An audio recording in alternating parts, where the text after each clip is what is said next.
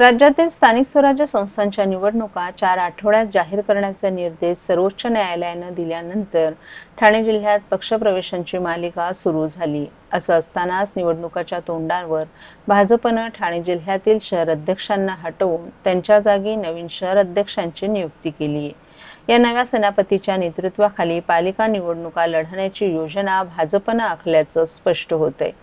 लोकसभा आणि विधानसभा निवडणुकीत शिवसेना शिंदे, भाजप आणि राष्ट्रवादी अजित पवार या पक्षांच्या महायुतीचा ठाणे जिल्ह्यात वरचष्मा राहिला। 3 पैकी 2 लोकसभा मतदारसंघ तर 18 पैकी 16 विधानसभेच्या जागा महायुतीने जिंकल्या। यामुळे जिल्ह्यात महायुतीचं वर्चस्व वाढल्याचं चित्र आहे। यामध्ये भाजपचे 9 तर शिवसेनेचे 6 आमदार आहेत। या दोन्ही पक्षांची जिल्ह्यात मोठी ताकद आहे। असं असलं तरी महापालिका निवडणुका तिन्ही पक्ष महायुतीत लढणार की स्वतंत्र लढणार याविषयी वेगवेगळे अंदाज वर्तवले जात आहेत। त्यातच जिल्ह्यात इतर पक्षातील माजी नगरसेवकांना गळाला लावत आपल्या पक्षात प्रवेश देण्याची मालिका सुरू झाली असून यामध्ये भाजप आणि शिवसेना शिंदे दोन्ही पक्ष आघाडीवर असल्याचं चित्र आहे। ठाणे महापालिका क्षेत्रातील कळवा भागातील राष्ट्रवादीच्या 11 माजी नगरसेवकांना पक्षात प्रवेश देऊन उपमुख्यमंत्री एकनाथ शिंदे यांनी आमदार जितेंद्र आव्हाड यांना धक्का दिला होता। त्याचबरोबर या नगरसेवकांना आपल्या पक्षात घेण्याच्या तयारीत असलेल्या भाजपलाही शह दिला होता।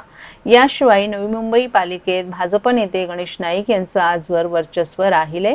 मात्र येथील इतर पक्षातील नगरसेवकांना आपल्या पक्षात प्रवेश देऊन आपल्या पक्षाची ताकद वाढवण्याचं काम उपमुख्यमंत्री शिंदे यांच्याकडून सुरू असल्याचं चित्र आहे। एकूणच जिल्ह्यात शिवसेना शिंदे आणि भाजप या दोन्ही मित्र पक्षांमध्ये पालिकेतील सत्तेची लढाई होण्याची शक्यता वर्तवली जाते। असं असतानाच निवडणुकीच्या तोंडावर भाजपने ठाणे जिल्ह्यातील शहर अध्यक्षांना हटवून त्यांच्या जागी नवीन शहर अध्यक्षांची नियुक्ती केली आहे। ठाणे रेल्वे स्थानकातील पादचारी पुलांवर प्रवाशांचा भार हलका करण्यासाठी रेल्वे प्रशासनाने मुंबई दिशेकडे नवा पादचारी पूल प्रस्तावित केलाय। हा पूल फलाट क्रमांक 1, 5 आणि 6 वर उतरणारा आहे। तसंच स्थानकाच्या पूर्व पश्चिमेला जोडणारा आहे। या नव्या पुलामुळे प्रवाशांचा इतर पादचारी पुलांवर होणारा भार मोठ्या प्रमाणात हलका होणार आहे। ठाणे रेल्वे स्थानकातून दिवसाला 7 ते 8 लाख प्रवाशांची ये-जा होत असते। मध्य रेल्वे मार्गावरील सर्वाधिक गर्दीच्या रेल्वे स्थानकांपैकी ठाणे रेल्वे स्थानक आहे। मध्य रेल्वेच्या मुख्य मार्गिकेसह ठाणे नवी मुंबई शहराला जोडणाऱ्या ट्रान्स हार्बर मार्गावरील प्रवाशांचा भार देखील ठाणे रेल्वे स्थानकात असतो। रेल्वे स्थानकात 10 फलाट असून स्थानकात 6 पादचारी पूल आहेत। या पुलांवर प्रवाशांची तुफान गर्दी असते। सकाळी आणि रात्रीच्या वेळेत गर्दी वाढल्यास प्रवाशांमध्ये अनेकदा वादाचे प्रसंग उद्भवतात। मागील वर्षी पावसाळ्यात गर्दीमुळे पादचारी पुलांच्या जिन्यांवर चेंगराचेंगरीची परिस्थिती निर्माण झाल्याच्या अनेक चित्रफित समाज माध्यमांवर प्रसारित झाल्या होत्या। ठाणे स्थानकातील फलाट क्रमांक 5 आणि 6 वर नेहमी गर्दी असते। यातील फलाट क्रमांक 5 हा कर्जत, कसारा, कल्याणच्या दिशेने जाणाऱ्या जलद उपनगरीय रेल्वे गाड्यांसाठी आहे, तर फलाट क्रमांक 6 वरून मुंबई दिशेकडे वाहतूक करणाऱ्या उपनगरीय रेल्वे गाड्या धावतात। या फलाटांवर लांब पल्ल्याच्या गाड्यांना देखील थांबा आहे। यामुळे या फलाटांवर उपनगरीय रेल्वे गाड्यांच्या प्रवाशांसोबत लांब पल्ल्याच्या गाड्यातील प्रवाशांचा देखील भार वाढत असतो। ठाणे रेल्वे स्थानकातील पश्चिमेकडील फलाट क्रमांक 1 वर हा पूल उभारला जाणार असून तो पूर्वेला जोडला जाणार आहे। तसंच या पादचारी पुलाचे जिने फलाट क्रमांक 1, फलाट क्रमांक 5 आणि 6 ला जोडले जाणार आहेत। तसंच हा पूल पूर्वेकडील भागात उतरता असणार आहे। त्यामुळे पूर्व आणि पश्चिमेला जाणाऱ्या प्रवाशांनाही दिलासा मिळणार आहे। येत्या महिन्यात या पुलाच्या कामांबाबत रेल्वे मंडळाची मंजुरी मिळणार आहे।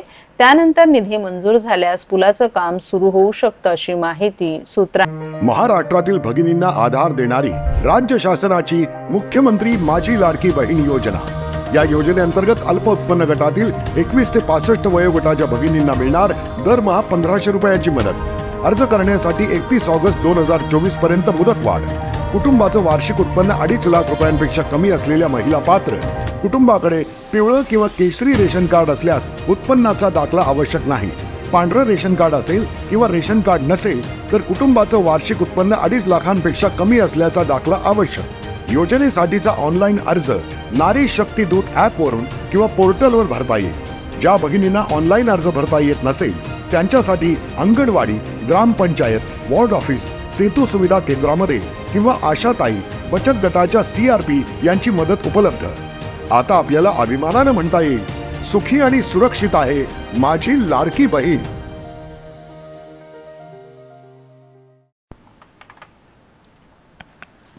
ठाणे महापालिकेच्या माध्यमातून मान्सूनपूर्व कामं, महापालिका कार्यक्षेत्रात सुरू असलेली नाली सफाई, वृक्ष छाटणी, रस्त्यांची अर्धवट स्थितीत असलेल्या कामांचा आढावा घेण्यासाठी खासदार नरेश म्हस्के यांनी शिवसेनेच्या पदाधिकारी आणि माजी लोकप्रतिनिधींसमवेत आज महापालिका आयुक्त सौरभ राव यांची भेट घेतली.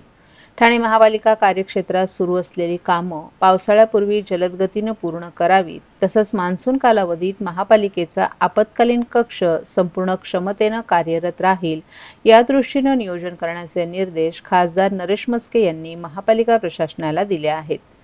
ठाणे महापालिकेच्या बैठकीच्या सुरुवातीला उपायुक्त गजानन गोदेपुरे यांनी महापालिकेच्या माध्यमातून मान्सूनपूर्व करण्यात आलेल्या कामाची माहिती सादर केली. यावेळी स्थानिक लोकप्रतिनिधींनी आपापल्या विभागात नागरिकांना भेडसावत असलेल्या कामांबाबतच्या समस्या मांडल्या.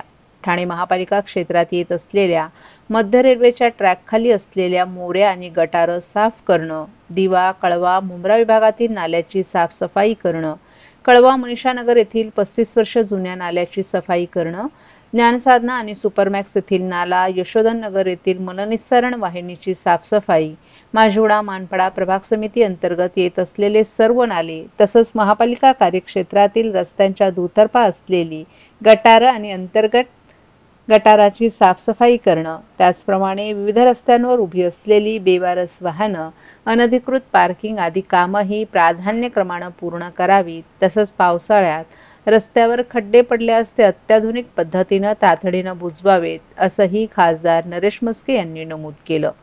सर्व प्रभाग समितीने नालेसफाईची कामं युद्धपातळीवर सुरू आहेत, परंतु मध्यंतरी झालेल्या पावसामुळे काही ठिकाणी डोंगरातून आलेला गाळ नाल्यात आल्यानं पुन्हा नालेसफाई केलं जाणार असल्याचं राव यांनी नमूद केलं. यावेळी त्या विभागातील स्थानिक लोकप्रतिनिधींना विश्वासात घेऊन कामं करण्याच्या सूचना संबंधित अधिकाऱ्यांना देण्यात आल्या. या बैठकीत वृक्ष छाटणीबाबत महापालिका प्रशासन योग्य नियोजन करत असलं तरी संबंधित ठेकेदारामार्फत अत्यंत कमी मनुष्यबळ पुरवण्यात येत असून कामामध्ये चालढकल होत असल्याबाबत सर्वच लोकप्रतिनिधींनी तीव्र भावना व्यक्त केल्या. यावेळी याबाबत कोणत्याही प्रकारची हयगय होणार नाही याची दक्षता घेऊन पावसाळ्यापूर्वी सर्व विभागातील वृक्ष छाटणी अतिरिक्त मनुष्यबळ लावून पूर्ण करण्याचं आश्वासन आयुक्तांनी दिलं आहे. महापालिका कार्यक्षेत्रात MMRDA, MRDC, मेट्रो प्राधिकरण, सार्वजनिक बांधकाम विभाग आदी प्राधिकरणाच्या अखत्यारीतील देखील कामं सुरू आहेत. तसंच ती कामं 30 मे पूर्वी पूर्ण करण्याच्या सूचना देखील त्यांना देण्यात आल्यात. या झालेल्या बैठकीत नालेसफाई, अंतर्गत गटारांची साफसफाई, वृक्ष छाटणी, रस्ते दुरुस्ती आदींबाबतच्या ज्या सूचना करण्यात आल्यात त्याची प्रशासनानं नोंद घेतली असून याबाबत आवश्यक ती कार्यवाही पावसाळ्यापूर्वी करण्यात येईल, असंही आयुक्त सौरभ राव यांनी या बैठकीत नमूद केलं.